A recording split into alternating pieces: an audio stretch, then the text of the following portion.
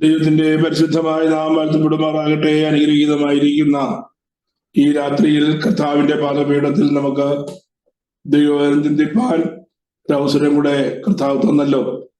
നമുക്ക് ലഭിക്കുന്നതായ ആ നിമിഷങ്ങളൊക്കെ വളരെ അനുഗ്രഹിക്കപ്പെട്ടതായ നിമിഷങ്ങൾ ആണ്. ദൈവവചനത്തിന്റെ മുമ്പിലായിരിക്കുമ്പോൾ പ്രത്യേകിച്ച് പ്രൈസ് ദി ലോർഡ് നമ്മുടെ ശ്രദ്ധയും ഹല്ലേലൂയ നമ്മുടെ ചിന്തയും ദൈവവചനത്തിന്റെ ചിന്തയിൽ തന്നെ ആയിരിക്കട്ടെ.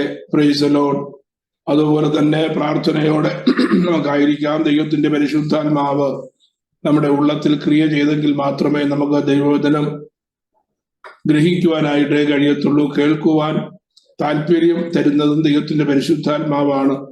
Price the Lord. ആകയാൽ നമ്മുടെ ഉള്ളത്തിൽ തന്നിരിക്കുന്നതായ ദൈവത്തിന്റെ പരിശുദ്ധാത്മാവിന്റെ നിറവ് ദൈവവചന പഠനത്തിനായി കർത്താവ് സഹായിക്കുമാറാകട്ടെ. കഴിഞ്ഞ ദിവസം നാം ചിന്തിച്ചുകൊണ്ടിരുന്നതായ ടോപ്പിക്ക് വേദപുസ്തകം, നമ്മുടെ കയ്യിലിരിക്കുന്നതായ തിരുവചനം അത് ദൈവത്തിന്റെ വചനമാണെന്നുള്ളതിന്റെ 5ാമത്തെ കാര്യമാണ് നമ്മൾ ചിന്തിച്ചുകൊണ്ടിരുന്നത്. 5th സൂപ്പർ നാച്ചുറൽ എലിമെന്റ് അത് എന്ന് പറയുന്നത് പ്രൊഫറ്റിക്കൽ ആക്യുറസിയാണ്. അതിന്റെ അതിനകത്തുള്ളതായ പ്രവചന കൃത്യതയാണ് എന്ന് കഴിഞ്ഞ ക്ലാസ്സിൽ നമ്മൾ ചിന്തിപ്പാനായിട്ടിടയായി. ആ മെയിൻ ഹെഡിങ്ങിന്റെ കൂടെ 5 സബ് ഹെഡിങ് ആയിട്ട് ആ വിഷയത്തെ നമ്മൾ തിരിച്ച് ചിന്തിപ്പാനായിട്ടിടയായി. അതിൽ 4 കാര്യങ്ങൾ നാം ചിന്തിച്ചു. ഏറ്റവും പ്രധാനപ്പെട്ടത്, വേദപുസ്തകത്തിലെ ഏറ്റവും പ്രധാനപ്പെട്ടതായ വിഷയം ഏതെന്ന് ചോദിച്ചാൽ അത് ഇസ്രയേലാണ്. നമുക്ക് നിസ്സംശയം പറയുവാനായിട്ട് കഴിയും. കാരണം ഉൽപ്പത്തി പുസ്തകത്തിൽ തുടങ്ങുന്നതായ ഇസ്രയേലിന്റെ ചരിത്രം വെളിപ്പാട് പുസ്തകത്തിൽ തുടർന്ന് നമുക്ക് കാണുവാനായിട്ട് കഴിയുമ്പോൾ 66 പുസ്തകങ്ങളിലും ഇസ്രയേലിനെ കുറിച്ച് പ്രതിപാദിച്ചിരിക്കുന്നതും ഇസ്രയേലിന്റെ ഭാവി വിഷയങ്ങളും ഒക്കെ നമുക്ക് കാണുവാനായിട്ട് കഴിയും. ആ ഇസ്രയേലിൽ കൂടെ ലോകത്തിന് കടന്നു വരുന്നതായ രക്ഷ എപ്രകാരമാണെന്നും നമുക്ക് തിരുവചനത്തിൽ കൂടെ ചിന്തിപ്പാനായിട്ട് കഴിയും. Price the Lord. അപ്പോൾ ഇസ്രയേലിനെ കുറിച്ച് കഴിഞ്ഞുപോയതായ അനേക സംഭവങ്ങൾ ചരിത്രത്തിൽ നമുക്ക് കാണുവാനായിട്ട് കഴിയും. ആ ചരിത്രത്തിൽ സംഭവിച്ചതായ കാര്യങ്ങളെല്ലാം തന്നെ വേദപുസ്തകത്തോടുള്ളതായ ബന്ധത്തിൽ കൃത്യമായിരിക്കുന്നു എന്ന് നാം ചിന്തിപ്പാനായിട്ടിടയായി. അപ്പോ ഇസ്രയേലിനെ സംബന്ധിക്കുന്നതായ തിരുവചന പ്രതിപാദ്യങ്ങളെല്ലാം അത് കൃത്യതയോടെ നിറവേറപ്പെടേണ്ടതെല്ലാം ഇതിനോടകം നിറവേറപ്പെട്ടു കഴിഞ്ഞു. കഴിഞ്ഞ ചരിത്രത്തിൽ അത് കാണുവാനായിട്ട് കഴിയും. ഇനി നിറവേറേണ്ടതായ വിഷയങ്ങളൊക്കെ നിറവേറിക്കൊണ്ടിരിക്കുകയാണ്. ഈ കറന്റ് സിറ്റുവേഷനിലും ആ പ്രവചന നിവൃത്തിയിലേക്ക് തന്നെയാണ് ഇസ്രയേൽ പൊയ്ക്കൊണ്ടിരിക്കുന്നത് എന്ന് നമുക്ക് കാണുവാനായിട്ട് കഴിയും. ലോകത്തിന്റെ ചരിത്രത്തെ നിയന്ത്രിക്കുന്നതായ ഒരു ചെറിയ രാജ്യം, ലോകരാഷ്ട്രങ്ങളെ നിയന്ത്രിക്കുന്ന ഒരു രാജ്യം, പ്രൈസ് ദി ലോർഡ്. അത് വളരെ അത്ഭുതകരമായ ഒരു വിഷയമായി നമ്മുടെ മുമ്പിൽ നിൽക്കുന്നു. വേദപുസ്തകത്തിൽ ഇസ്രയേലിനെ കുറിച്ച് ഉൽപ്പത്തി മുതൽ പ്രതിപാദിക്കപ്പെട്ടതായ അനേക കാര്യങ്ങൾ അത് കൃത്യതയോടെ നിറവേറപ്പെടുവാനായിട്ടിടയായി എന്ന് നാം ചിന്തിച്ചു. അപ്പോൾ ഒന്നാമത് ഇസ്രയേലിനെ കുറിച്ചുള്ളതായ പ്രവചനമാണ്. രണ്ടാമത് നാം ചിന്തിച്ചതായ കാര്യം ജാതീയ രാജ്യങ്ങളെ കുറിച്ച് വേദപുസ്തകത്തിൽ പ്രതിപാദിപ്പിക്കപ്പെട്ടിട്ടുണ്ട്. ഉൽപ്പത്തി പുസ്തകത്തിൽ ജാതികളായും വംശങ്ങളായും തിരിഞ്ഞു എന്ന് കാണുന്നതായ ഒരു ഭാഗമുണ്ട്. ഉൽപ്പത്തി പുസ്തകം 11ാം അധ്യായത്തിൽ ആ രാജ്യങ്ങളായും വംശങ്ങളായും തിരിഞ്ഞ് ഇസ്രയേൽ ഒഴികെയുള്ളതായ സകല രാജ്യങ്ങളെയും സകല സാമ്രാജ്യങ്ങളെയും ജാതീയ സാമ്രാജ്യങ്ങളെന്നും വേദപുസ്തകം വിവക്ഷിക്കുമ്പോൾ വേദപുസ്തകം അവരെ വിട്ടുകളയുന്നില്ല. ജാതീയ രാജ്യങ്ങളെക്കുറിച്ചും ജാതീയ സാമ്രാജ്യങ്ങളെക്കുറിച്ചും വേദപുസ്തകത്തിൽ പ്രതിപാദിക്കപ്പെട്ടിരിക്കുന്നു എന്ന് നമുക്ക് ഉൽപ്പത്തി പുസ്തകം മുതൽ തന്നെ കാണുവാനായിട്ട് കഴിയും. ആ ജാതീയ സാമ്രാജ്യങ്ങളെ കുറിച്ച് വേദപുസ്തകം പറഞ്ഞിരിക്കുന്നതായ പ്രവചന നിവർത്തീകരണം നാം കഴിഞ്ഞ ക്ലാസ്സിൽ ചിന്തിപ്പാനായിട്ടിടയായിട്ട് തീർന്നു. രണ്ടാമത്തെ ടോപ്പിക് എന്ന് പറയുന്നത് ജാതീയ രാജ്യങ്ങളെ കുറിച്ചുള്ളതായ ദൈവത്തിന്റെ പ്രവചന നിവർത്തി, ദൈവത്തിന്റെ തിരുവചനത്തിൽ ഇതിനെല്ലാത്തിനും ചരിത്രപരമായ തെളിവുകളും അതിന്റെ സപ്പോർട്ടുകളും ഉണ്ട്. ചരിത്രത്തെ മറികടന്ന് വേദപുസ്തകം ശരിയാണ് എന്ന് തെളിയിക്കുവാൻ നമുക്ക് കഴിയുകയില്ല. അപ്പോ വേദപുസ്തകം ശരിയാണെന്ന് തെളിയിക്കേണ്ടതിനുള്ളതായ ഒരു സപ്പോർട്ട് എന്ന് പറയുന്നത് എഴുതപ്പെട്ടതായ ചരിത്രമാണ്. അപ്പൊ എഴുതപ്പെട്ടതായ ചരിത്രത്തിൽ നിന്ന് വ്യത്യസ്തമായി അല്ലെങ്കിൽ അതിനെ വിഘടിക്കുന്നതായ, അതിനെ എതിർക്കുന്നതായിരിക്കുന്ന ഒരു കാര്യവും നമുക്ക് വേദപുസ്തകത്തിൽ കാണുവാനായിട്ട് കഴിയുകയില്ല. അല്ലെങ്കിൽ വേദപുസ്തകത്തിൽ പറയുന്നതായ ഏതെങ്കിലും കാര്യങ്ങൾ അത് ഇമാജിനേഷൻ ആണെന്നോ അല്ലെങ്കിൽ അത് വെറുതെ എഴുതിയതാണെന്നോ മനുഷ്യന്റെ ഹൃദയത്തിൽ തോന്നിയ കാര്യങ്ങളാണെന്ന് സമർത്ഥിക്കുവാൻ കഴിയാത്ത വിധത്തിൽ ചരിത്രത്തിന്റെ സപ്പോർട്ടോടുകൂടി നമുക്ക് ഓരോ കാര്യങ്ങളും മനസ്സിലാക്കുവാനായിട്ട് കഴിയും. അത് എഴുതപ്പെട്ടതായ ചരിത്രം നമ്മുടെ മുമ്പിൽ ഇരിക്കുകയാണ്. അപ്പോ ജാതീയ രാജ്യങ്ങളെ കുറിച്ചുള്ളതായ പ്രതിപാദനങ്ങളെല്ലാം തന്നെ വളരെ ആക്യുറേറ്റ് ആയിട്ട് നമുക്ക് ദൈവത്തിന്റെ തിരുവചനത്തിൽ നിവർത്തിക്കപ്പെട്ടിരിക്കുന്നത് കാണുവാനായിട്ട് കഴിയും. മൂന്നാമത് നമ്മൾ ചിന്തിച്ചത് ലോകത്തിൽ ഉണ്ടായിട്ടുള്ളതായ അനേക ശ്രേഷ്ഠമേറിയ അല്ലെങ്കിൽ പറയത്തക്ക പ്രാധാന്യമുള്ളതായ അനേക പട്ടണങ്ങൾ നമുക്ക് കാണുവാനായിട്ട് കഴിയും. ആ ചില പട്ടണങ്ങളെ കുറിച്ചുള്ളതായ ദൈവത്തിന്റെ തിരുവചനത്തിന്റെ നിവർത്തീകരണം നാം കഴിഞ്ഞ ആഴ്ചയിൽ ചിന്തിപ്പാനായിട്ടിടയായി. മൂന്നാമത്തെ വിഷയം ലോകത്തിലെ പേര് കേട്ടതായ അല്ലെങ്കിൽ ചില പട്ടണങ്ങളോടുള്ളതായ ബന്ധത്തിൽ ദൈവവചനത്തിലെ പ്രവചന നിവൃത്തിയാണ്. നാലാമതായി നമ്മൾ ചിന്തിച്ചത് പ്രത്യേക വ്യക്തികളെ കുറിച്ച് വേദപുസ്തകത്തിൽ അവർ ജനിക്കുന്നതിന് മുമ്പ് തന്നെ അവരെ കുറിച്ചുള്ളതായ പ്രതിപാദനങ്ങൾ നമുക്ക് വേദപുസ്തകത്തിൽ പഠിക്കുവാനും ചിന്തിക്കുവാനും കഴിയും. അത് ആരുടെയും മനസ്സിൽ തോന്നിയതായ കാര്യമല്ല, സംഭവിപ്പാനിരിക്കുന്നതായ കാര്യങ്ങൾ ദൈവത്തിന്റെ പരിശുദ്ധാത്മാവ് തന്റെ ശ്രേഷ്ഠരായ പ്രവാചകന്മാരിൽ കൂടെ അരുളി ചെയ്യുകയും അത് അപ്രകാരം തന്നെ വ്യക്തികളെ കുറിച്ചുള്ളത് അക്ഷരം തെറ്റാതെ നിവർത്തിക്കപ്പെട്ടിരിക്കുന്നത് കാണുവാനായിട്ട് നമുക്ക് കഴിയും. അതിൽ ചില വ്യക്തികളെ കുറിച്ച് നമ്മൾ ചിന്തിക്കാനായിട്ടിടയായി. യോശിയാവ്, അതുപോലെ കോരശ്, യവനായ ചക്രവർത്തിയായ അലക്സാണ്ടർ ദ ഗ്രേറ്റ്, അതുപോലെ അന്ത്യോക്കസ് എപ്പിഫാനസ് എന്ന് പറയുന്നതായ സിറിയൻ രാജാവ്, അതുപോലെ കർത്താവിന് മുന്നോടിയായി കടന്നു വന്നതായ സ്നാപക യോഹന്നാൻ, ഇവരെ കുറിച്ചെല്ലാം പഴയ നിയമത്തിൽ വളരെ വിശദമായി തന്നെ പ്രതിപാദിക്കപ്പെട്ടിരിക്കുന്നത് കൃത്യമായി തിരുവചനത്തിൽ നിവർത്തിക്കപ്പെട്ടിരിക്കുന്നത് നമ്മൾ ചിന്തിപ്പാനായിട്ടിടയായി. നാലാമത്തെ വിഷയം നമ്മൾ അത് അങ്ങനെ ചിന്തിച്ചു. ഈ അടുത്ത നമ്മൾ ചിന്തിക്കുവാനായിട്ട് പോകുന്നതായ വിഷയം അഞ്ചാമത്തെ വിഷയമാണ്. അഞ്ചാമത്തെ വിഷയം അത് ശ്രേഷ്ഠമേറിയ പ്രവചന നിവൃത്തികളാണ്. അത് prophecies fulfilled by our lord during his earthly ministry. കർത്താവായ യേശുക്രിസ്തുവിനെ കുറിച്ച് പറഞ്ഞിരിക്കുന്നതായ പ്രവചനങ്ങളാണ്. ആ പ്രവചനങ്ങൾ തന്നെ കർത്താവിന്റെ ഇഹലോക ശുശ്രൂഷയിൽ നിവർത്തിക്കപ്പെട്ടതായ അനേക പ്രവചനങ്ങൾ നമുക്ക് കാണുവാനായിട്ട് കഴിയും. കർത്താവായ യേശുക്രിസ്തു ജനിക്കുന്നതിന് മുമ്പ് തന്നെ, അതായത് ആദം ഏദനിൽ നിന്ന് പുറത്താക്കപ്പെട്ടപ്പോൾ ആദ്യത്തെ പ്രവചനം യഹോവയായ ദൈവത്തിന്റെ വായിൽ നിന്ന് പുറത്തു വന്നു. ആദ്യത്തെ പ്രവചനം ഏതാണെന്ന് നമുക്കറിയാം. ഉൽപ്പത്തി പുസ്തകം 3-ാം അധ്യായത്തിന്റെ 15-ാമത്തെ വാക്യത്തിൽ നമുക്കത് കാണുവാനായിട്ട് കഴിയും. അവിടെ വരുവാനിരിക്കുന്നതായ ലോകരക്ഷിതാവായ മിശിഹായെ കുറിച്ച് പ്രതിപാദിച്ചിരിക്കുന്നത് സ്ത്രീയുടെ സന്തതി എന്നുള്ളതായ നിലയിലാണ്. അപ്പോ അവിടെ തുടങ്ങുന്നതായ പ്രവചനം ഉൽപ്പത്തി പുസ്തകത്തിൽ 3-ാം അധ്യായത്തിൽ മനുഷ്യന്റെ വീഴ്ചയോടുള്ളതായ ബന്ധത്തിൽ തുടങ്ങുന്നതായ ദൈവത്തിന്റെ പ്രവചനങ്ങൾ, ആ പ്രവചനങ്ങൾ തുടർന്ന് ഓരോ പുസ്തകങ്ങളിലും നമുക്ക് കാണുവാനായിട്ട് കഴിയും. വേദപുസ്തകം പഠിക്കുവാൻ എളുപ്പമെന്ന് പറയുന്നത് ഓരോ പുസ്തകവും തുറക്കുവാൻ ഒരു കീ നമ്മുടെ കയ്യിൽ ദൈവത്തിന്റെ പരിശുദ്ധാത്മാവ് തന്നിട്ടുണ്ട്. ആ കീ ഉപയോഗിച്ച് വേണം നമ്മൾ വേദപുസ്തകം തുറക്കുവാൻ, ഓരോ പുസ്തകങ്ങളും തുറക്കുവാൻ. Praise the Lord. ആ കീ ഉപയോഗിക്കണം. ഏതാണ് ആ കീ എന്ന് ചോദിച്ചു കഴിഞ്ഞാൽ തന്നിരിക്കുന്നതായ ഒരു മാസ്റ്റർ കീ ഉണ്ട്. ഒരു വീട് പണിതാൽ ആ വീടിനകത്ത് പല കബോർഡ്സ് കാണുമായിരിക്കും.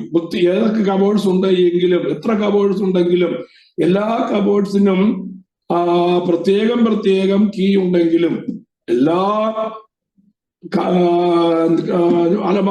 എല്ലാ അലമാരകളും തുറക്കുവാനായിട്ട് ഒരു മാസ്റ്റർ കീ ഉണ്ടായിരിക്കും.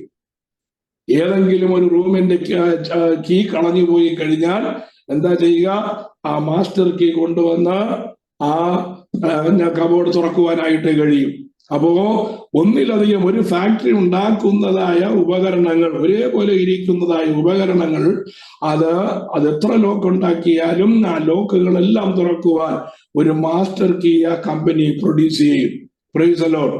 അപ്പോ ആ മാസ്റ്റർ കീ വളരെ സൂക്ഷ്മമായി ഉപയോഗിക്കണം. വേറെ ഏത് കീ കളഞ്ഞു പോയെന്ന് പറഞ്ഞാലും ആ മാസ്റ്റർ കീ ഉപയോഗിച്ച് തുറക്കുവാനായിട്ട് കഴിയും. വേദപുസ്തകത്തെ സംബന്ധിച്ച് 66 മുറികളുള്ള ഒരു വലിയ കെട്ടിടമാണ്. 66 വിശാലമായ മുറികളുള്ളതായ വലിയൊരു കെട്ടിടമായിട്ട് നമുക്ക് വേദപുസ്തകത്തെ സംബന്ധിച്ചു കഴിഞ്ഞാൽ ഈ 66 മുറികളും ശരിയായി ലോക്ക് ചെയ്തിരിക്കുകയാണ്. അത് തുറക്കുവാനുള്ളതായ ഒരു കീയും പരിശുദ്ധാത്മാവ് വെച്ചിട്ടുണ്ട്. ഉൽപ്പത്തി പുസ്തകം തുറക്കുവാനുള്ള കീ എന്ന് പറയുന്നത് കർത്താവായ യേശുക്രിസ്തുവാണ് ആ കീ.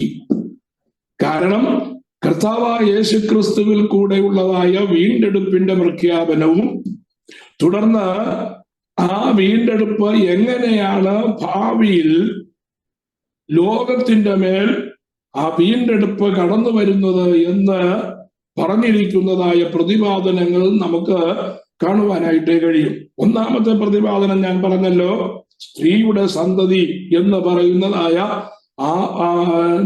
ആ പേര് യേശുക്രിസ്തുവിന് വേദപുസ്തകം പരിശോധിച്ചാൽ നമ്മുടെ വാഴ്ത്തപ്പെട്ട കർത്താവായ യേശുക്രിസ്തുവിന് നൽകിയിരിക്കുന്ന 250ഓളം പേരുകൾ നമുക്ക് കാണുവാനായിട്ട് കഴിയും. വ്യത്യസ്തമായ തന്റെ ഉത്തരവാദിത്വത്തോട് ബന്ധിച്ച്, തന്റെ സ്ഥാനമാനങ്ങളോട് ബന്ധിച്ച്, തന്റെ പ്രവൃത്തിയോട് അനുബന്ധിച്ച് പ്രൈസ് ദി ലോർഡ് കൊടുത്തിരിക്കുന്നതായ 250ഓളം പേരുകൾ നമുക്ക് ഉൽപ്പത്തി പുസ്തകം മുതൽ വെളിപ്പാട് പുസ്തകം വരെ കാണുവാനായിട്ട് കഴിയും. അതിൽ ഒരു പേരാണ് സ്ത്രീയുടെ സന്തതി എന്ന് പറയുന്നതായ കർത്താവായ യേശുക്രിസ്തുവിന്റെ പേരാണ് സ്ത്രീയുടെ സന്തതി. ആ സ്ത്രീയുടെ സന്തതിയെ നമുക്ക് പിന്നെ അതേ പേരിൽ കാണുവാനായിട്ട് കഴിയും. എവിടെയാണ് കാണുവാൻ കഴിയുന്നത്? വെളിപ്പാട് പുസ്തകം 12-ാം അധ്യായത്തിലേക്ക് വരുമ്പോ അതേ പേരിൽ അവിടെ നമുക്ക് കർത്താവായ യേശുക്രിസ്തുവിനെ കാണാൻ കഴിയുകയാണ്. അപ്പോ ആ കർത്താവായ യേശുക്രിസ്തു എങ്ങനെയാണ് ഉൽപ്പത്തി പുസ്തകത്തിൽ വെളിപ്പെട്ട് നിൽക്കുന്നത് എന്ന് മനസ്സിലാക്കി കർത്താവായ യേശുക്രിസ്തു എന്നതായ ആ കീ കൊണ്ട് നാം ഉൽപ്പത്തി പുസ്തകം തുറന്ന് പഠിക്കുവാനായി ശ്രമിച്ചു കഴിഞ്ഞാൽ പഠനം വളരെ എളുപ്പമായിരിക്കും. ഉൽപ്പത്തി പുസ്തകത്തിന്റെ ഉദ്ദേശം നമുക്ക് മനസ്സിലാകും. ഉൽപ്പത്തി പുസ്തകത്തിന്റെ തീം നമുക്ക് മനസ്സിലാകും. ഉൽപ്പത്തി പുസ്തകത്തിൽ ഓരോ വ്യക്തികൾക്കുള്ളതായ പ്രാധാന്യം മനസ്സിലാകും.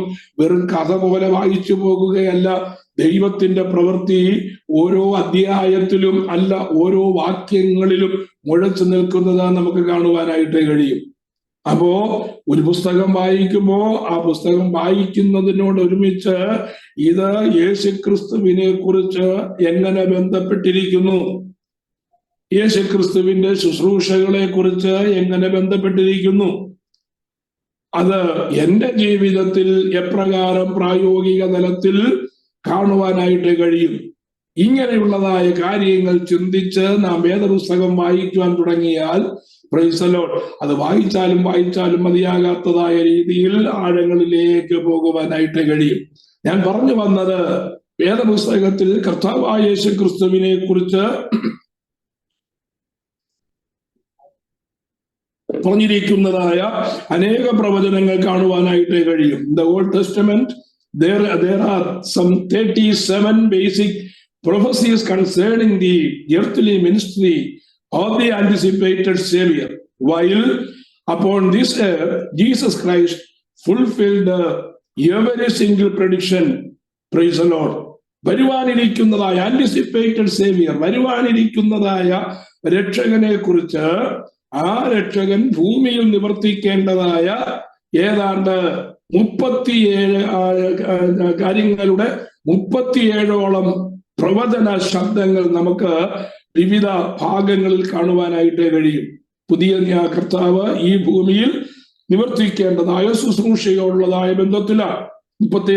കർത്താവിനെ കുറിച്ച് 37 ഉള്ളൂ എന്ന് ചോദിച്ചു കഴിഞ്ഞാലല്ല, ഭൂമിയിലെ കർത്താവിന്റെ ശുശ്രൂഷയെ കുറിച്ചുള്ളതായ 37 പ്രവചനങ്ങളാണ് നമ്മൾ ചിന്തിക്കുവാനായിട്ട് പോകുന്നത്. Price the Lord. ഒന്നാമതായിട്ട് നമുക്ക് പ്രവാചകനായ യെശയ്യാവിന്റെ പുസ്തകത്തിലേക്ക് ഒന്ന് കടന്നു ചെല്ലാം. യെശയ്യാവിന്റെ പുസ്തകം 7-ാം അധ്യായം 14-ാമത്തെ വാക്യം വായിക്കുമ്പോൾ, അന്നത്തെ ജനത്തിന് വിശ്വസിക്കുവാൻ പ്രയാസമായ സാഹചര്യങ്ങൾക്ക് പ്രതികൂലമായി തീരത്തക്ക രീതിയിൽ മാനുഷിക ബുദ്ധിക്ക് അത് അംഗീകരിക്കുവാൻ കഴിയാത്തതായ ഒരു പ്രവചന ശബ്ദം പ്രവാചകനായ യെശയ്യാവിൽ കൂടെ വെളിപ്പെട്ടു വന്നത് നമുക്ക് കാണുവാനായിട്ട് കഴിയും. ആ വാക്യം നമുക്കൊന്ന് വായിക്കാം.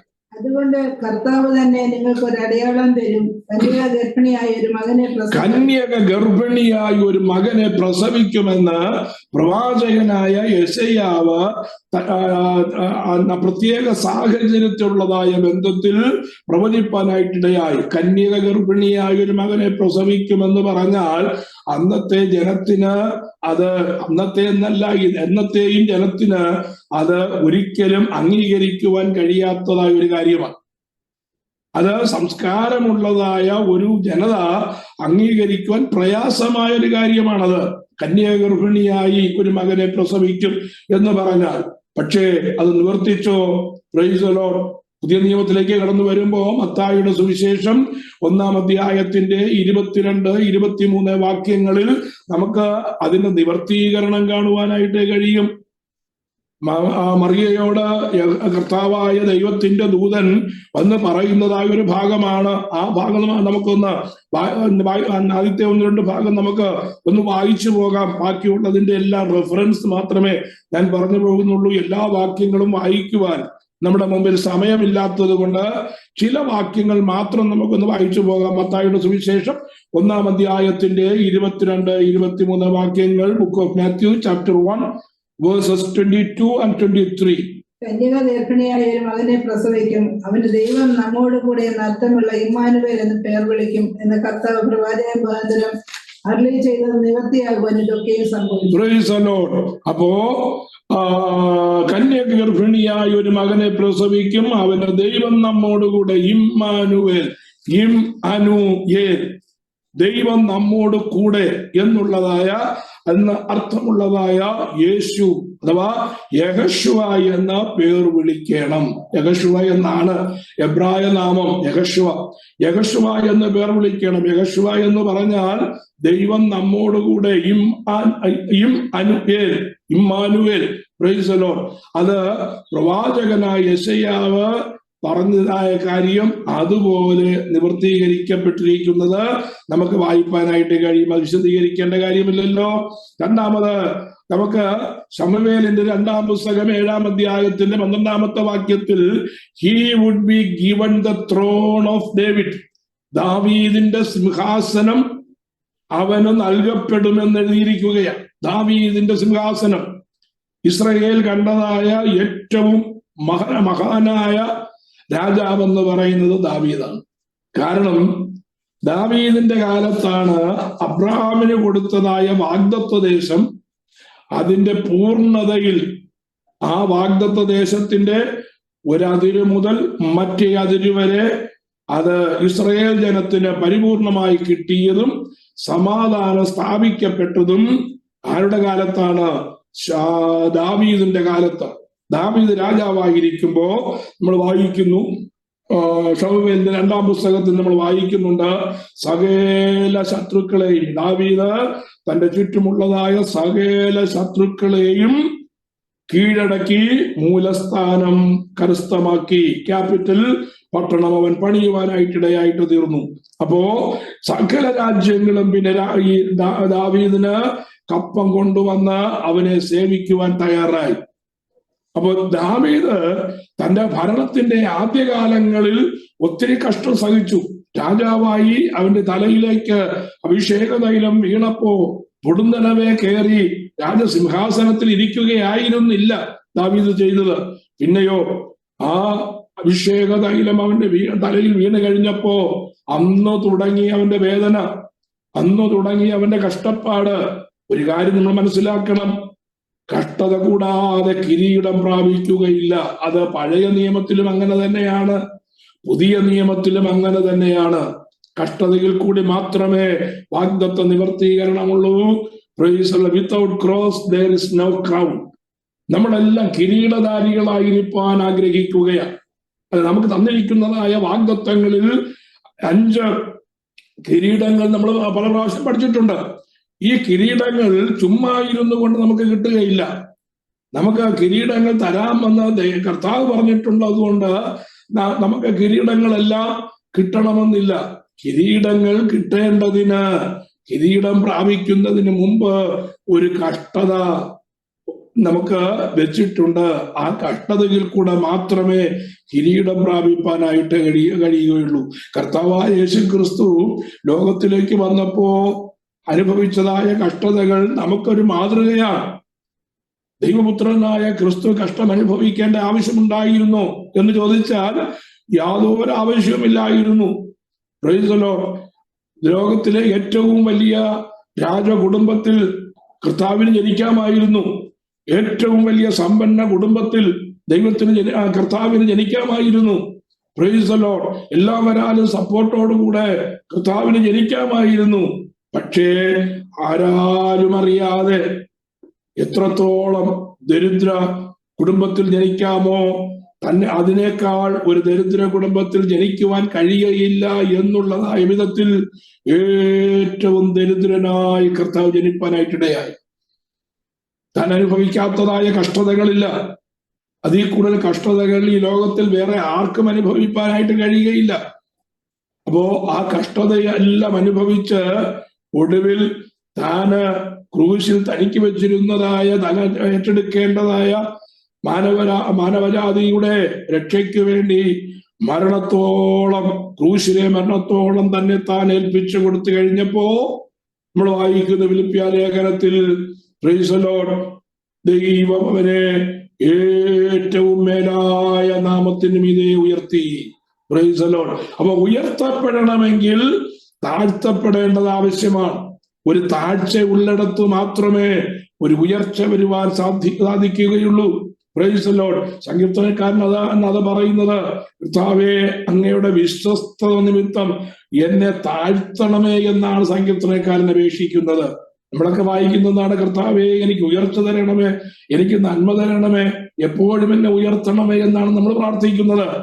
പ്രാർത്ഥന തെറ്റല്ല കേട്ടോ. പക്ഷേ ഭക്തന്റെ പ്രാർത്ഥന എങ്ങനെയാണ്? Price the Lord. അവിടുന്ന് എന്നെ വിശ്വസ്തയോടെ താഴ്ത്തിയിരിക്കുന്നു. എന്തിനാണ്?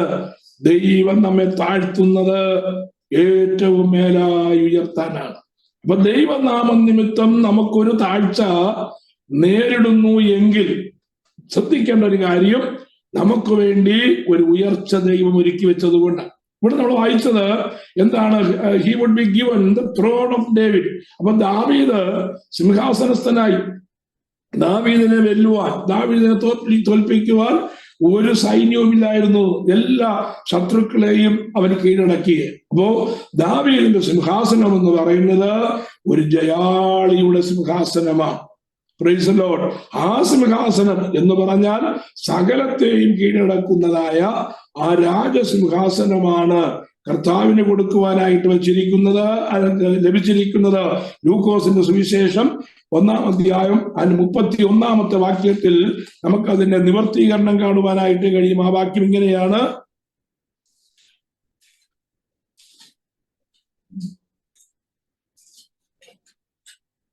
Price the Lord. അവൻ യാക്കോബ് ഗ്രഹത്തിന് എന്നേക്കും രാജാവായിരിക്കും, അവന്റെ രാജ്യത്തിന് അവസാനം ഉണ്ടാകുകയില്ല എന്ന് പറഞ്ഞു. മറിയ ദൂതനോട്, അല്ല 31-32, നീ ഗർഭം ധരിച്ചൊരു മകനെ പ്രസവിക്കും, അവൻ യേശു എന്ന് പേർ വിളിക്കും, അവൻ വലിയവനാകും, അത്യുന്നതന്റെ പുത്രൻ എന്ന് വിളിക്കപ്പെടും. കർത്താവായ ദൈവം അവന്റെ പിതാവായ ദാവീദിന്റെ സിംഹാസനം അവന് കൊടുക്കും. കർത്താവായ ദൈവം അവന്റെ പിതാവായ ദാവീദിന്റെ സിംഹാസനം അവന് കൊടുക്കും. മറിയയോട് ദൂതൻ പറയുന്നതായ വാക്കുകളാണത്. അപ്പോ പ്രവചന നിവൃത്തി അവിടെ സംഭവിച്ചു കഴിഞ്ഞു. മൂന്നാമത്തെ നമ്മൾ വായിക്കാം. He would be called Immanuel. Praise the lord. ദൈവം നമ്മോടുകൂടെ, നമ്മൾ നേരത്തെ വായിച്ചു, ഇമ്മാനുവേൽ എന്ന് വിളിക്കപ്പെടും. ദൈവം നമ്മോടുകൂടെ എന്നർത്ഥമുള്ളതായ ഇമ്മാനുവേൽ എന്ന് വിളിക്കപ്പെടും. നമ്മളത് ഒന്നാമത്തെ പോയിന്റ് അത് വായിച്ചു കഴിഞ്ഞു. നാലാമത്, he would be rejected by his own. സ്വന്തം ജനത്താൽ അവൻ തള്ളപ്പെടുമെന്ന് പ്രവാചകനായ യെശയ്യാവ് യേശുക്രിസ്തു ജനിക്കുന്നതിന് 700 വർഷങ്ങൾക്ക് മുമ്പ് രേഖപ്പെടുത്തിയത് നമുക്ക് 53 അധ്യായത്തിന്റെ 3-ാമത്തെ വാക്യത്തിൽ വായിപ്പാനായിട്ട് കഴിയും. എന്താണ് 53 അധ്യായം 3-ാമത്തെ വാക്യം? യെശയ്യാ പ്രവചനം, മനുഷ്യരാൽ നിന്ദിക്കപ്പെടും, അവൻ മനുഷ്യരാൽ നിന്ദിക്കപ്പെട്ടും വ്യസനപാത്രമായും രോഗം ശീലിച്ചവനായും ഇരുന്നു എന്ന് പ്രവാചകനായ യെശയ്യാവ് രേഖപ്പെടുത്തി. കാണുന്നത് പോലെ, നേരിൽ കാണുന്നത് പോലെ പ്രവാചകൻ അത് 700 വർഷങ്ങൾക്ക് മുമ്പ് എഴുതി വെച്ചത് കർത്താവായ യേശുക്രിസ്തുവിന്റെ കഷ്ടാനുഭവത്തിൽ അത് നിവർത്തിക്കപ്പെടുവാനായിട്ടിടയായി. ഇനിയും ഹി വുഡ് ഹാവ് എ ഫോർറണ്ണർ, അവനൊരു മുന്നോടി ഉണ്ടായിരിക്കുമെന്ന് പ്രവാചകന്മാരായ യെശയ്യാവും മലാഖിയും എഴുതി. രണ്ട് പ്രവാചകന്മാരെഴുതി, അവന് മുമ്പായി ഞാനൊരു ദൂതനെ അയക്കും, ഞാൻ അവന് മുമ്പായി ഒരു ഫോർറണ്ണറെ അയക്കും. അത് നിവർത്തീകരിക്കപ്പെടുവാനിടയായി. എവിടെയാണ് അത്? മത്തായിയുടെ സുവിശേഷം 3-ാം അധ്യായത്തിന്റെ 1 മുതൽ 3 വരെയുള്ളതായ വാക്യത്തിലും, ലൂക്കോസിന്റെ സുവിശേഷം 1-ാം അധ്യായത്തിന്റെ 76 മുതൽ 78 വരെയുള്ളതായ വാക്യങ്ങളും, 3-ാം അധ്യായം 3 മുതൽ 6 വരെയുള്ളതായ വാക്യങ്ങളിലും നമുക്ക് കാണുവാനായിട്ട് കഴിയും. ആരാണ് ഫോർറണ്ണർ? മുന്നോടി ആരാണ്? ആ മുന്നോടി യോഹന്നാൻ സ്നാപകനാണ്. കർത്താവിന് മുമ്പായി, കർത്താവിന്റെ വഴി ഒരുക്കുവാനായി നേരത്തെ ദൈവം അയച്ചതായ ഒരു മുന്നോടി അവൻ വരുമെന്ന് അരുളി ചെയ്തു യഹോവയായ ദൈവം. ഒന്നല്ല, 2 പ്രവാചകന്മാരിൽ കൂടെ വ്യക്തതയോടെ അത് അരുളി ചെയ്യുവാനായിട്ടിടയായി. അത് അതുപോലെ നിറവേറപ്പെടുവാൻ കഴിഞ്ഞതായ കാര്യം നമുക്ക് വേദപുസ്തകത്തിൽ പഠിക്കുവാനായിട്ട് കഴിയും. 6-ാമത്, he would be born in Bethlehem. ബേത്ത്ലഹേമിൽ ജനിക്കുമെന്ന് മീഖ പ്രവാചകനെ രേഖപ്പെടുത്തി. മീഖായുടെ പ്രവചനം 5-ാം അധ്യായത്തിന്റെ 2-3 വാക്യങ്ങളൊന്ന് വായിക്കാം. മീഖ 5-ാം അധ്യായത്തിന്റെ 2-3 വാക്യങ്ങൾ. നീയോ ബേത്ത്ലഹേം എഫ്രാത്തെ, നീ യഹൂദ സഹസ്രങ്ങളിൽ ചെറുതായിരുന്നാലും ഇസ്രായേലിന് അധിപതിയായിരിക്കേണ്ടുന്നവൻ എനിക്ക് നിന്നിൽ നിന്ന് ഉത്ഭവിച്ചു വരും. അവന്റെ ഉത്ഭവം പണ്ടേയുള്ളതും പുരാതനമായതും തന്നെ. അതുകൊണ്ട് പ്രസവിക്കുവാനുള്ളവർ പ്രസവിക്കുവോളം അവനവരെ ഏൽപ്പിച്ചു കൊടുക്കും. അവന്റെ സഹോദരന്മാരിൽ ശേഷിപ്പുള്ളവർ ഇസ്രായേൽ മക്കളുടെ അടുക്കൽ മടങ്ങി വരും. മീഖ പ്രവചിച്ചിരിക്കുകയാണ്. Praise the Lord. അവന്റെ മീഖായുടെ പുസ്തകം 2-ാം അധ്യായത്തിന്റെ മത്തായിയുടെ സുവിശേഷം 2-ാം അധ്യായത്തിന്റെ 5-6 വാക്യങ്ങളിൽ ആ നിവർത്തീകരണം നമുക്ക് കാണുവാനായിട്ട് കഴിയും. മീഖ പ്രവചിച്ചു, നീയോ ബേത്ത്ലഹേം എഫ്രാത്തെ, നീ യഹൂദ സഹസ്രങ്ങളിൽ ചെറുതായിരുന്നാലും ഇസ്രായേലിന് അധിപതിയായിരിക്കേണ്ടുന്നവൻ എനിക്ക് നിന്നിൽ നിന്ന് ഉത്ഭവിച്ചു വരും. അന്നത്തെ കാലത്ത് ഈ ഗലീലയിൽ നിന്ന്, അല്ലെങ്കിൽ കർത്താവ് ജനിക്കേണ്ടതായ, അല്ലെങ്കിൽ ഗലീലക്കാരനെന്ന്, നസ്രേത്തുകാരനെന്ന് അറിയപ്പെടുവാൻ യാതൊരു സാധ്യതയുമില്ലാത്തതായ ഒരു സന്ദർഭമായിരുന്നു എന്ന് നമുക്ക് ചരിത്രം പഠിക്കുമ്പോൾ കാണുവാനായിട്ട് കഴിയും. അത്രത്തോളം ഇരുളടഞ്ഞ, എടുത്തു പറയുവാൻ യാതൊരു പ്രാധാന്യതയും ഇല്ലാത്തതായ ഒരു ദേശമായിരുന്നു നസ്രേത്ത്. എന്നാൽ യഹൂദയിൽ ബേത്ത്ലഹേമിൽ ജനിച്ചതായ കർത്താവ് അവിടെ ജനിച്ച് കഴിഞ്ഞ ഉടനെ തന്നെ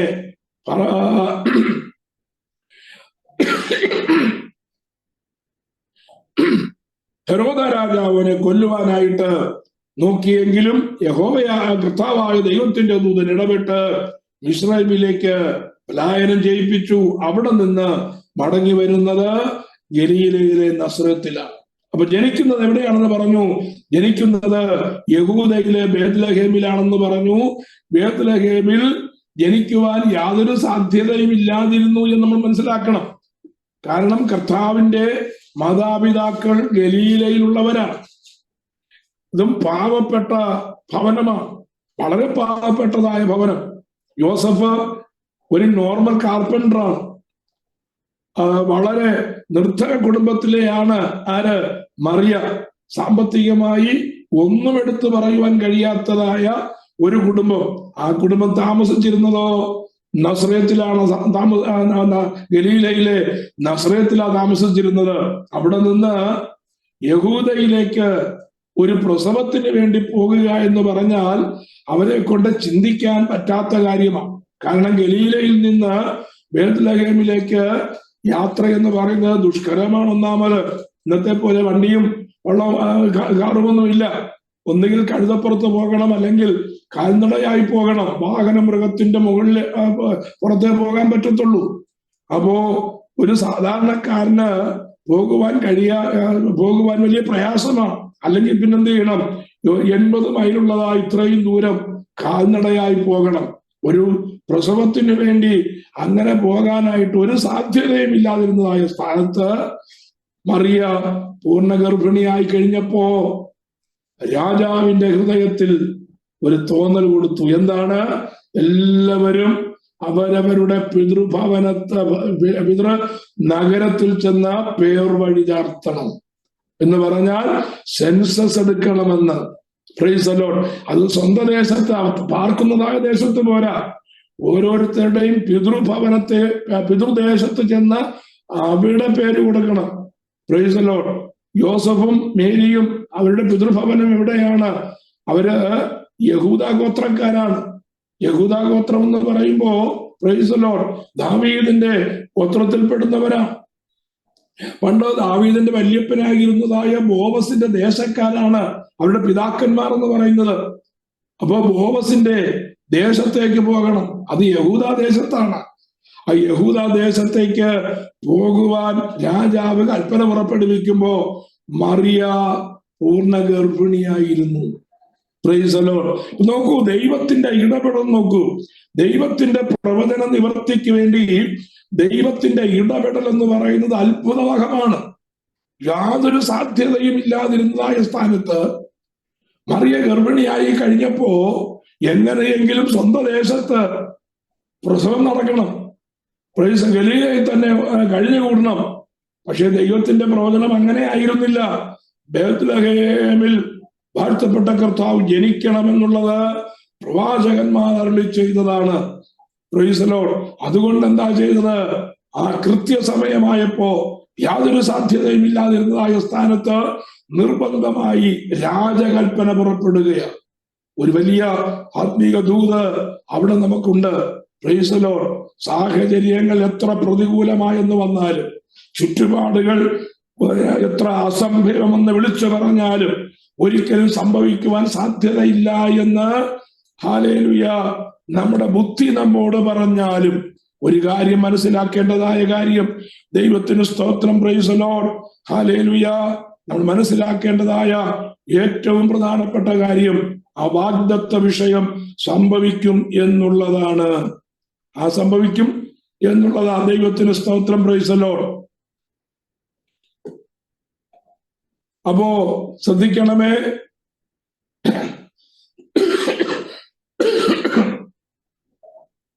പ്രൈസ് ദി ലോർഡ്. നമ്മള് മനസ്സിലാക്കേണ്ടത്, നമ്മുടെ ജീവിതത്തിൽ ദൈവം അരുളി ചെയ്തതായ വാഗ്ദത്തങ്ങളുണ്ട് എങ്കിൽ സാഹചര്യങ്ങൾ എത്ര പ്രതികൂലങ്ങളായാലും രാജാക്കന്മാരുടെ ഹൃദയങ്ങളെ ഇളക്കി നമ്മുടെ വിഷയത്തിന് മറുപടി തരുവാൻ നമുക്കനുകൂലമായി നിയമങ്ങളെ വരെ മാറ്റി എഴുതുവാൻ കഴിവുള്ളവനാണ് നമ്മുടെ കർത്താവ്.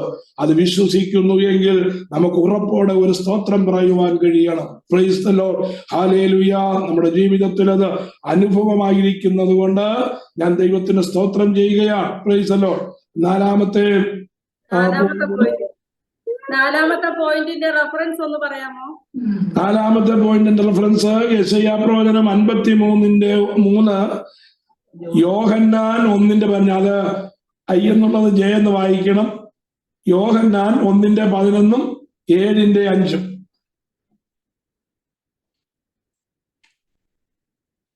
സംശയമുണ്ടോ? ഇല്ലല്ലോ. ഓക്കെ. അപ്പോ ആറാമത്തെ പോയിന്റ് എന്ന് പറയുന്നത് he would be born in Bethlehem. വീണ്ടും മുന്നോട്ട് പോകാം. He would be visited by the magi and present with gifts. വിദ്വാൻമാരുടെ സന്ദർശനത്തെ കുറിച്ച് രേഖപ്പെടുത്തിയിരിക്കുന്നതായ വേദഭാഗങ്ങളുണ്ട്. റെഫറൻസ് നിങ്ങൾക്ക് നോട്ട് ചെയ്യാം. പിന്നെ നിങ്ങൾക്ക് വായിക്കാം. ഞാൻ എല്ലാ റെഫറൻസും വായിച്ച് വിശദീകരിക്കുവാൻ ഇരുന്നു കഴിഞ്ഞാൽ ഈ ഒരു ടോപ്പിക്ക് നമുക്ക് പല ദിവസങ്ങൾ എടുക്കേണ്ടി വരും. ഇന്നുകൊണ്ട് ഈ ടോപ്പിക്കും ബാക്കിയുള്ളതായ കാര്യങ്ങളും തീർത്തിട്ട് വരുന്ന ദിവസം നമുക്ക് ഉൽപ്പത്തി പുസ്തകത്തിലേക്ക് കർത്താവായ യേശു ക്രിസ്തുവിന്റെ വീണ്ടെടുപ്പ് ഉൽപ്പത്തി പുസ്തകത്തിൽ എങ്ങനെയാണ് എന്ന് പഠിക്കേണ്ടതുണ്ട്. അങ്ങനെ ഓരോ പുസ്തകത്തിൽ കൂടെയും കയറി ഇറങ്ങേണ്ടിയിരിക്കുന്നു. 66 പുസ്തകങ്ങളിൽ കൂടെയും നമ്മൾ കയറി ഇറങ്ങും. കർത്താവ് സഹായിക്കട്ടെ. അതുകൊണ്ട് തന്നെ അല്പം സ്പീഡപ്പ് ചെയ്ത് ഞാൻ പോകാനായിട്ട് ആഗ്രഹിക്കുകയാണ്. കർത്താവിന്റെ ജനനത്തിങ്കൽ വിദ്വാൻമാർ സമ്മാനങ്ങളുമായി വരുമെന്ന് പ്രവാചകനായ യെശയ്യാവ് രേഖപ്പെടുത്തിയിരിക്കുന്നത് മത്തായിയുടെ സുവിശേഷം 2-ാം അധ്യായത്തിൽ നിവർത്തീകരിക്കപ്പെട്ടിരിക്കുന്നത് നമുക്ക് കാണുവാനായിട്ട് കഴിയും. 8ാമത്തെ വിഷയം, he would be in Egypt for a season. കർത്താവായ യേശു ക്രിസ്തു മിസ്രയീമിൽ ചില നാളുകളായിരിക്കുമെന്ന് പ്രവാചകനായ ഹോശേയ രേഖപ്പെടുത്തിയിട്ടുണ്ട്. 11-ാം അധ്യായം 1-ാമത്തെ വാക്യം, ഞാൻ മിസ്രയീമിൽ നിന്ന് എന്റെ മകനെ വിളിച്ചു എന്ന് രേഖപ്പെടുത്തിയിരിക്കുന്നത് കർത്താവായ യേശു ക്രിസ്തുവിനെ കുറിച്ചാണ്. മിസ്രയീമിലേക്ക് പോകുവാനുള്ളതായ സാഹചര്യം നമുക്കറിയാം. നമ്മുടെ കർത്താവ് ജനിച്ചു കഴിഞ്ഞപ്പോ വിദ്വാൻമാർ കാണാൻ വന്നു. അവർ വഴിതെറ്റി ഹെരോദാവിന്റെ കൊട്ടാരത്തിലേക്ക് പോയി. ഹെരോദാവ് രാജാവായ യഹൂദന്മാരുടെ രാജാവിന്റെ ജനനത്തെ കുറിച്ച് അറിഞ്ഞു. ആ രാജാവിനെ കൊന്നുകളയുവാനുള്ളതായ ഒരു പ്ലോട്ട് അവന്റെ ഹൃദയത്തിലേക്ക് വന്നു. വിദ്വാൻമാരോട് മടങ്ങി വന്ന് എവിടെയാണ് ജനിച്ചതെന്ന് കൃത്യമായി പറയണമെന്ന് അവൻ ആവശ്യപ്പെട്ടു. പക്ഷേ ദൈവത്തിന്റെ ആത്മാവ് ഇടപെട്ടത് കൊണ്ട് വിദ്വാൻമാർ വന്ന വഴിയെ തിരിച്ചു വന്നില്ല. വേറൊരു വഴിയായി അവർ മടങ്ങിപ്പോയി. വിദ്വാൻമാർ തന്നെ കളിയാക്കിയെന്ന് ഹെരോദാവ് മനസ്സിലാക്കി കഴിഞ്ഞപ്പോ കാലക്കണക്ക് നോക്കി 2 വയസ്സിന് താഴെയുള്ളതായ ആൺകുഞ്ഞുങ്ങളെ എല്ലാം കൊന്നുകളയുവാനുള്ള കൽപ്പന പുറപ്പെടുവിച്ചപ്പോ കർത്താവിന്റെ ദൂതൻ യോസഫിന് പ്രത്യക്ഷനായി. ഹെരോദാവ് പൈതലിനെ കൊല്ലുവാൻ നോക്കുന്നു. അതുകൊണ്ട് നീ പൈതലിനെയും കൊണ്ട് എവിടെ പോകണം? മിസ്രൈമിലേക്ക് പോക എന്ന് പറഞ്ഞ് മിസ്രൈമിൽ നോമാൻ പ്ലേസിൽ അവർ പോയി പാർക്കുവാനായിട്ടിടയായി. ഇവിടെ അന്നത്തെ ഹെരോദാവ് മരിക്കുന്നത് വരെ അവർ മിസ്രൈമിൽ പാർത്തു. മിസ്രൈമിൽ നിന്ന് മടങ്ങി അവർ യഹൂദയിലേക്ക് വരാതെ അവർ ആരും അറിയാതിരിക്കേണ്ടതിന് ഗലീലയിലെ എങ്ങോട്ട് പോയി? ഗലീലയിലെ നസറത്തിൽ ചെന്ന് പാർത്തു എന്ന് രേഖപ്പെടുത്തിയിരിക്കുകയാണ്. അപ്പോ 8ാമത്തെ വിഷയം, he would be in Egypt for a season. ഒരു സമയം വരെ നമ്മുടെ ശിശുവായ യേശുവിനെയും കൊണ്ട് എവിടെയായിരുന്നു? മിസ്രയീമിലായിരുന്നു. അത് പ്രവചന നിവർത്തിയ 9ാമത്തെ വിഷയം, his birth place would suffer a massacre of infants. കുഞ്ഞുങ്ങൾ കൊല്ലപ്പെടുമെന്ന്, മുറവിളി ഉണ്ടാകുമെന്ന് യിരെമ്യാവ് രേഖപ്പെടുത്തിയിരിക്കുന്നു. 31-ാം അധ്യായത്തിന്റെ 5-ാമത്തെ വാക്യം. അത് മത്തായിയുടെ സുവിശേഷം 2-ാം അധ്യായം 17-18 വാക്യങ്ങൾ നിവർത്തീകരിക്കപ്പെട്ടിരിക്കുകയാണ്. 10ാമത്തെ വിഷയം, he would be called Nazarene. നസ്രായൻ എന്ന് വിളിക്കപ്പെടും. Price the Lord. യെശയ്യാ പ്രവാചകന്റെ പുസ്തകം 11-ാം അധ്യായത്തിന്റെ 1-ാമത്തെ വാക്യം വിത്ത് Mathai 2:23. He would be jealous for his father. പിതാവിന് വേണ്ടി അവൻ തീഷ്ണതയുള്ളവനായിരിക്കും. സങ്കീർത്തനത്തിൽ ദാവീദ് രേഖപ്പെടുത്തിയിരിക്കുന്നു. 69-ാം സങ്കീർത്തനത്തിൽ 9-ാമത്തെ വാക്യം. യോഹന്നാന്റെ സുവിശേഷം 2-ാം അധ്യായത്തിൽ ആദ്യത്തെ ദേവാലയ ശുദ്ധീകരണത്തോടുള്ളതായ ബന്ധത്തിൽ ആ വാക്യങ്ങൾ നമുക്ക് കാണുവാൻ കഴിയും. ശിഷ്യന്മാർ ആ വാക്യം ഓർത്തു എന്ന് അവിടെ രേഖപ്പെടുത്തിയിട്ടുണ്ട്. എന്റെ ആലയം പിതാവിന്റെ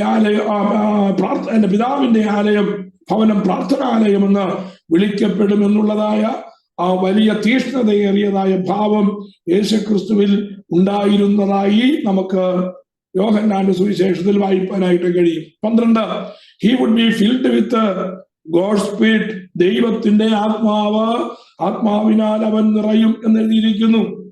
പ്രവാചകനായ യെശയ്യാവിന്റെ പുസ്തകം 61 അധ്യായത്തിന്റെ 1 മുതൽ 3 വരെയുള്ളതായ വാക്യങ്ങളിലും 11 അധ്യായത്തിന്റെ 2 വാക്യത്തിലും അത് നമുക്ക് കാണുവാനായിട്ട് കഴിയും. ലൂക്കോസിന്റെ സുവിശേഷം 4 അധ്യായത്തിലേക്ക് വരുമ്പോ 18-19 വാക്യങ്ങളിൽ പരിശുദ്ധാത്മാവിനാൽ അതിശക്തിയോടെ കർത്താവ് ഗലീലയിലേക്ക് മടങ്ങി വന്നു എന്ന് രേഖപ്പെടുത്തിയിരിക്കുന്നത് നമുക്ക് കാണുവാനായിട്ട് കഴിയും.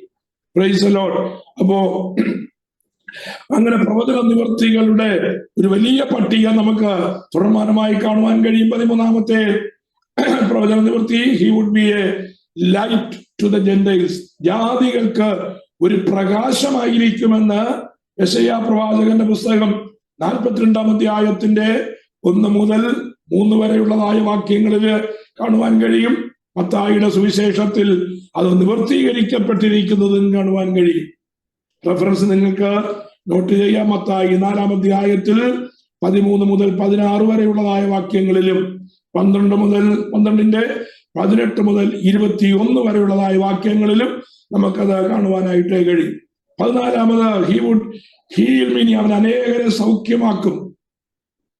അത് 1-ലധികം റെഫറൻസുകൾ നമുക്ക് പുതിയ നിയമത്തിൽ എല്ലാ സുവിശേഷങ്ങളിലും കാണുവാൻ കഴിയും. അവന്റെ അടിപ്പിണരുകളാൽ നമുക്ക് സൗഖ്യം വന്നു മരിക്കുന്നു എന്ന് യെശയ്യാവ് രേഖപ്പെടുത്തിയിരിക്കുന്നത്. അത്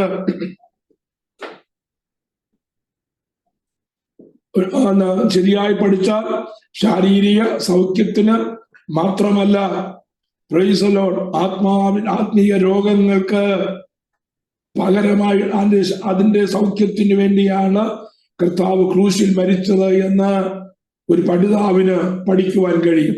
അപ്പോ അനേകരെ സൗഖ്യമാക്കുമെന്നുള്ളതായ ആ പ്രവചന നിവൃത്തി 14-ാമത്. 15-ാമത്തെ he would deal gently with Gentiles, അവൻ ജാതികളോട് വളരെ ശാന്തമായി ഇടപെടുമെന്നാണ് രേഖപ്പെടുത്തിയിരിക്കുന്നത്. അത് യെശയ്യാ പ്രവാചകൻ രേഖപ്പെടുത്തിയത് മത്തായിയുടെ സുവിശേഷത്തിൽ നിവർത്തീകരിക്കപ്പെട്ടിരിക്കുന്നു. 16 he would speak in parables, അവൻ ഉപമകളായി അവരോട് സംസാരിക്കും. യെശയ്യാ പ്രവചനം 6 അധ്യായത്തിന്റെ 9 വാക്യങ്ങൾ. കർത്താവിന്റെ ശുശ്രൂഷ എങ്ങനെയായിരുന്നു? ഏതാണ്ട് 40ഓളം ഉപമകൾ കർത്താവ് തന്റെ ജനത്തെ പഠിപ്പിക്കുവാൻ തന്നെ പറഞ്ഞതായി രേഖപ്പെടുത്തപ്പെട്ടതായ 40ഓളം ഉപമകളുണ്ട്. നമ്മൾ സുവിശേഷത്തിൽ വായിക്കുന്നു, അവൻ ഉപമകളാൽ എല്ലാം പറഞ്ഞു, ഉപമകളാൽ അല്ലാതെ ഒന്നും അവൻ സംസാരിച്ചില്ല എന്നും എഴുതിയിട്ടുണ്ട്. അപ്പൊ കർത്താവ് ഉപമകളാലാണ് താൻ ഓരോ കാര്യങ്ങളും തെളിയിച്ചു കൊടുത്തത്. 17-ാമത് he would make a triumphal entry in to Jerusalem, ജെറുസലേമിലേക്ക് ജയകരമായ ഒരു പ്രവേശനം ഉണ്ടാകുമെന്ന് പ്രവാചകനായ സെക്കരിയാവ് രേഖപ്പെടുത്തിയിട്ടുണ്ട്. സെക്കരിയ പ്രവചനം 9 അധ്യായത്തിന്റെ 9 വാക്യം. മത്തായിയുടെ സുവിശേഷം 21:4-5 വാക്യങ്ങളിൽ അത് നിവർത്തീകരിക്കപ്പെട്ടിരിക്കുന്നത് കാണുവാൻ കഴിയും. ജയകരമായ ഒരു എൻട്രി യെരുശലേമിലേക്ക് കർത്താവ് വരുന്നത് നമുക്ക് മത്തായിയുടെ സുവിശേഷത്തിലും ലൂക്കോസിന്റെ സുവിശേഷത്തിലും ഒക്കെ വായിപ്പാൻ കഴിയും. 18 he would be praised by little children, ശിശുക്കൾക്കും മുല കുടിക്കുന്നവരും കർത്താവിന്റെ രഹസ്യങ്ങൾ മനസ്സിലാക്കുമെന്ന് രേഖപ്പെടുത്തിയിട്ടുണ്ട്. സങ്കീർത്തനം 8-ാം സങ്കീർത്തനം 2-ാമത്തെ വാക്യം, 8-ാം സങ്കീർത്തനം 2-ാമത്തെ വാക്യം. അതിന് നിവർത്തീകരണം നമുക്ക് മത്തായിയുടെ സുവിശേഷം 21:16 കാണുവാനായിട്ട് കഴിയും. അടുത്തത് he would be the rejected corner stone, ത്യജിക്കപ്പെട്ട മൂലക്കല്ല് നമ്മുടെ കർത്താവായ യേശു ക്രിസ്തു ആയിരിക്കുമെന്ന് 118-ാം സങ്കീർത്തനത്തിൽ രേഖപ്പെടുത്തിയിരിക്കുന്നു. Price the Lord. 22-23 വാക്യങ്ങളിൽ മത്തായി അത് തെളിയിച്ചു. 21:42. 20-ാമത്തെ വിഷയം his miracles would not be believed. കർത്താവ് ചെയ്തതായ ആ അത്ഭുതങ്ങൾ അനേകർ വിശ്വസിച്ചില്ല. അതാ രേഖപ്പെടുത്തിയിരിക്കുന്നത്. ഞങ്ങൾ പറഞ്ഞത് ആർ വിശ്വസിച്ചിരിക്കുന്നു എന്ന് യെശയ്യാവ് നേരത്തെ ചോദിച്ചു. എന്ന് പറഞ്ഞാൽ കർത്താവിനെ വിശ്വസിക്കാത്തതായ ഭൂതങ്ങളെ കൊണ്ട് അവൻ പുറത്താക്കുന്നു എന്ന് പറഞ്ഞ കർത്താവിന്റെ പ്രവൃത്തിയെ നിഗ്ലക്ട് ചെയ്ത് കളഞ്ഞതായ സ്വന്തം ജനമായ യഹൂദയെ നമുക്ക് കാണുവാനായിട്ട് കഴിയും. 21, his friend would betray him for 30 pieces of silver. 30 കാശിന് സുഹൃത്ത് സ്നേഹിതൻ അവനെ ഒറ്റിക്കൊടുക്കും എന്ന് രേഖപ്പെടുത്തിയിരിക്കുന്നു. യൂദ വന്ന് കർത്താവിനെ ചുംബിച്ചപ്പോ കർത്താവ് പറഞ്ഞത്, സ്നേഹിത, നീ 30 വെള്ളിക്കാശിനോ നിന്റെ ഗുരുവിനെ കാണിച്ചു കൊടുക്കുന്നത് എന്ന് ചോദിപ്പാനിടയായി. ഞാൻ ആരെ ചുംബിക്കുന്നുവോ സ്നേഹിതന്മാർക്ക് കൊടുക്കുന്നതാണ് ചുംബനം. ആ ചുംബനത്താലാണ് യൂദ കാണിച്ചു കൊടുത്തത്. അത് പ്രവാചകന്മാരായ ദാവീദ് രേഖപ്പെടുത്തിയിട്ടുണ്ട്, സെക്കരിയാവ് രേഖപ്പെടുത്തിയിട്ടുണ്ട്. Price the Lord. അല്ല, മത്തായിയുടെ സുവിശേഷത്തിൽ അതിന് നിവർത്തീകരണം നമുക്ക് കാണുവാനായിട്ട് കഴിയും. 22-ാമത്തെ വിഷയം, he would be a man of sorrows. അവനൊരു ദുഃഖപുത്രനായിരിക്കും. ദുഃഖം ശീലിച്ചവനായും രോഗം ശീലിച്ചവനായും. അങ്ങനെയല്ലേ ആ വാക്യം? യെശയ്യാ പ്രവചനം 53-ാം അധ്യായത്തിന്റെ 3-ാമത്തെ വാക്യം ഒന്ന് വായിച്ചാട്ടെ. അവൻ മനുഷ്യരാൽ നിന്ദിക്കപ്പെട്ടും ത്യജിക്കപ്പെട്ടും വ്യസനപാത്രമായും രോഗം ശീലിച്ചവനായും. അവൻ മനുഷ്യരാൽ നിന്ദിക്കപ്പെട്ടും ത്യജിക്കപ്പെട്ടും രോഗം ശീലിച്ചവരായും ഇരുന്നു. അത് നമുക്ക് മത്തായിയുടെ സുവിശേഷത്തിൽ വായിപ്പാനായിട്ട് കഴിയും. 23, he would be forsaken by his disciples. ഞാൻ ഇടയനെ വിട്ടും ആടുകൾ ചിതറിപ്പോകുമെന്ന് സെക്കരിയാവ് രേഖപ്പെടുത്തിയിരിക്കുന്നത് 13-ാം അധ്യായത്തിന്റെ സെക്കരിയാവ് 13-ാം അധ്യായം 7-ാമത്തെ വാക്യത്തിലാണ്. ഗെത്സമനത്തോട്ടത്തിൽ കർത്താവിനെ പിടിച്ചു കഴിഞ്ഞപ്പോ ശിഷ്യന്മാർ എല്ലാവരും അവനെ വിട്ട് ചിതറിപ്പോയി എന്ന് 26-ാം അധ്യായത്തിൽ രേഖപ്പെടുത്തിയിരിക്കുകയാണ്. അപ്പോ 24-ാമത്തെ വിഷയം, he would be scourged and spat upon. അവനെ തുപ്പലേൽക്കുമെന്ന് രേഖപ്പെടുത്തിയിട്ടുണ്ട്. യെശയ്യാ പ്രവാചകന്റെ പുസ്തകം 50-ാം അധ്യായം 6-ാമത്തെ വാക്യം. മത്തായിയുടെ സുവിശേഷത്തിലും ലൂക്കോസിന്റെ സുവിശേഷത്തിലും മർക്കോസിന്റെ സുവിശേഷത്തിലും ഒക്കെ നമുക്കത് വായിപ്പാനായിട്ട് കഴിയും. 25-ാമത്തെ വിഷയം, his price money would be used to buy a potter's field. കുശവന്റെ നിലം വാങ്ങുവാൻ കർത്താവിനെ വിറ്റ പൈസ ഉപയോഗിക്കും എന്ന് പ്രവാചകനായ യിരെമ്യാവും പ്രവാചകനായ സെക്കരിയാവും രേഖപ്പെടുത്തി. അത് അപ്രകാരം സംഭവിച്ചത് മത്തായിയുടെ സുവിശേഷം 27-ാം അധ്യായം 9-10 വാക്യങ്ങളിൽ നമുക്ക് നിവർത്തീകരണം കാണുവാൻ കഴിയും. He would be crucified between two thieves. രണ്ട് ദുഷ്ടന്മാരുടെ മധ്യത്തിൽ, രണ്ട് കള്ളന്മാരുടെ മധ്യത്തിൽ ക്രൂശിക്കപ്പെടും.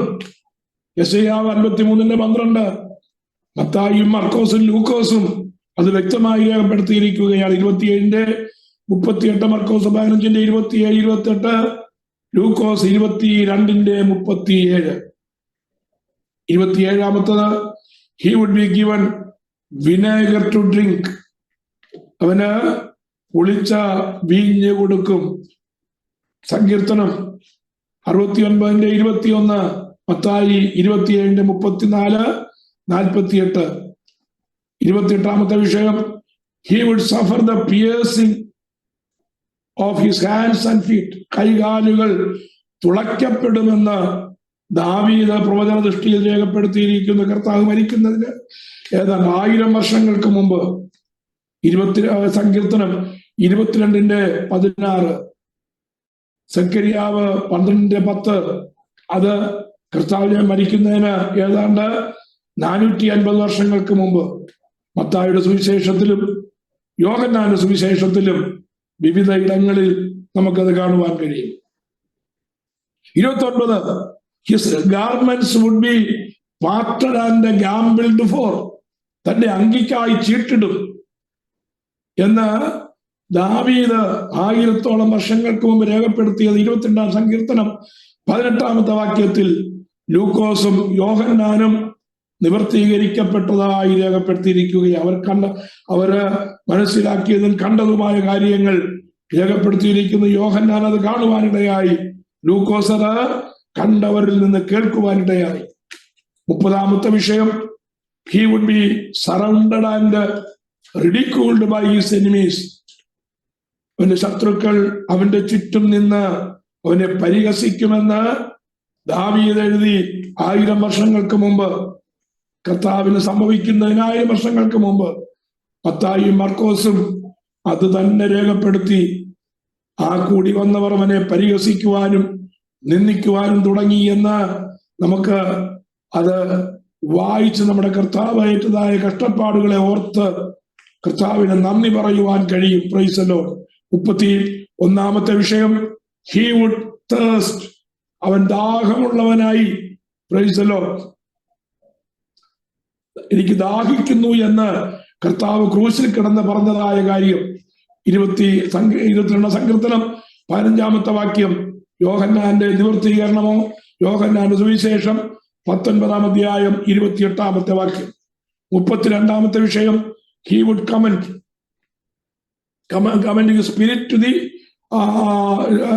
the father, തന്റെ ആത്മാവിനെ പിതാവിന്റെ പക്കൽ ഏൽപ്പിക്കും എന്ന് ദാവീദ് രേഖപ്പെടുത്തി. 31-ാം സങ്കീർത്തനം 5-ാമത്തെ വാക്യത്തിൽ ലൂക്കോസിന്റെ സുവിശേഷം 23:46 കർത്താവിന്റെ ക്രൂശിലെ അവസാനത്തെ മൊഴിയായി അത് എഴുതപ്പെട്ടിരിക്കുന്നു. 33-ാമത്തെ വിഷയം, his bones would not be broken. പെസഹ കുഞ്ഞാടിന്റെ എല്ലുകൾ പൊട്ടിക്കുകയില്ല, മുറിക്കുകയില്ല എന്ന് പെസഹയ്ക്ക് പ്രമാണം കൊടുക്കുമ്പോൾ രേഖപ്പെടുത്തി. പുറപ്പാട് പുസ്തകം 12:46, സംഖ്യാപുസ്തകം 9:12, 34-ാം സങ്കീർത്തനം 20-ാമത്തെ വാക്യം. യോഹന്നാന്റെ സുവിശേഷത്തിൽ നമുക്കത് കാണുവാൻ കഴിയും. 19:33-36 വാക്യങ്ങൾ, 33 മുതൽ 36 വരെയുള്ളതായ വാക്യങ്ങൾ. പടയാളികൾ ആ കള്ളന്മാരുടെ കാലൊടിച്ചിട്ട് കർത്താവിന്റെ അടുക്കലേക്ക് വരുമ്പോ കർത്താവ് മരിച്ചത് കൊണ്ട് അവർക്ക് കാലൊടിക്കേണ്ടി വന്നില്ല എന്ന് രേഖപ്പെടുത്തിയിരിക്കുകയാണ്. അത്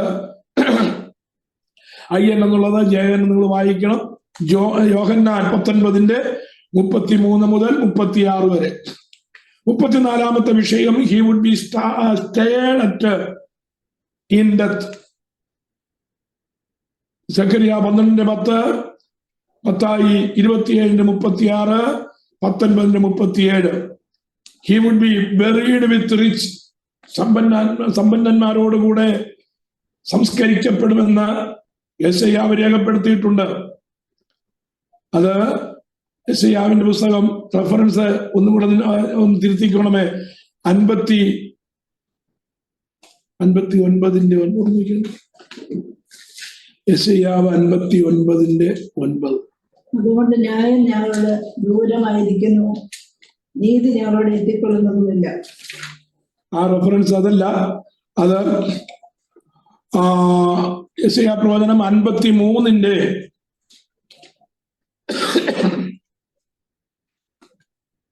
യെശയ്യാ പ്രവചനം 53:9 വായിക്കാം. അവൻ സാഹസം ഒന്നും ചെയ്യാതെയും അവന്റെ വായിൽ വഞ്ചനയൊന്നും ഇല്ലാതെയും ഇരുന്നിട്ടും അവർ അവന് ദുഷ്ടന്മാരോടുകൂടി ശവക്കുഴി കൂടി. അവന്റെ മരണത്തിൽ അവൻ സമ്പന്നന്മാരോടുകൂടെ ആയിരുന്നു. അതുവരെ ദരിദ്രനായി ജീവിച്ച കർത്താവ് മരിക്കുമ്പോൾ സമ്പന്നന്മാരുടെ മധ്യത്തിലായിരുന്നു.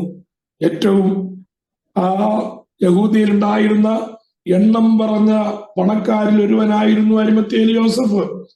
അരിമത്ഥേൽ യോസഫ് തനിക്കായി വെട്ടിയതായ ആ കല്ലറയിലാണ് യേശുക്രിസ്തുവിനെ ശരീരം അത് മറവ് ചെയ്യുവാനായിട്ടിടയായിട്ട് തീർന്നത്. മാത്രമല്ല സാധാരണ 1 2 റാത്തൽ സുഗന്ധവർഗങ്ങളിലാണ് സാധാരണക്കാരുടെ ശവശരീരം പൊതിഞ്ഞു വെക്കുന്നത്. എന്നാൽ നമ്മൾ വായിക്കുന്നത് 100 റാത്തൽ സുഗന്ധവർഗങ്ങളാൽ പൊതിയപ്പെട്ടതാണ് കർത്താവിന്റെ ശരീരം.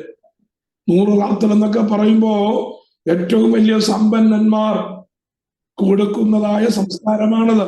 അപ്പോ മരണത്തിൽ നമ്മുടെ വാഴ്ത്തപ്പെട്ട കർത്താവ് സമ്പന്നന്മാരോടുകൂടെ ആയിരിക്കുമെന്ന് രേഖപ്പെടുത്തിയത് നിവർത്തീകരിക്കപ്പെടുകയാണ്. 37-ാമത്തെ വിഷയം, അവന് ഉയർത്തെഴുന്നേറ്റ് പോകും, ഹി വുഡ് അസെൻഡ് എന്ന് എഴുതിയേക്കുന്നത് നമുക്ക് 24-ാം സങ്കീർത്തനത്തിന്റെ 7 മുതൽ 10 വരെയുള്ളതായ വാക്യങ്ങളിൽ കാണുവാൻ കഴിയും. മഹത്വത്തിന്റെ രാജാവ് ആരെന്ന് ചോദിച്ചുകൊണ്ട് എഴുതുന്നതായ സങ്കീർത്തനം. Price the Lord. കർത്താവിന്റെ വാക്കുകളും കർത്താവിന്റെ ഉയർത്തെഴുന്നേൽപ്പിന്റെ അനുഭവങ്ങളും സ്വർഗാരോഹണത്തിന്റെ അനുഭവങ്ങളും നമുക്ക് കാണുവാനായിട്ട് കഴിയും.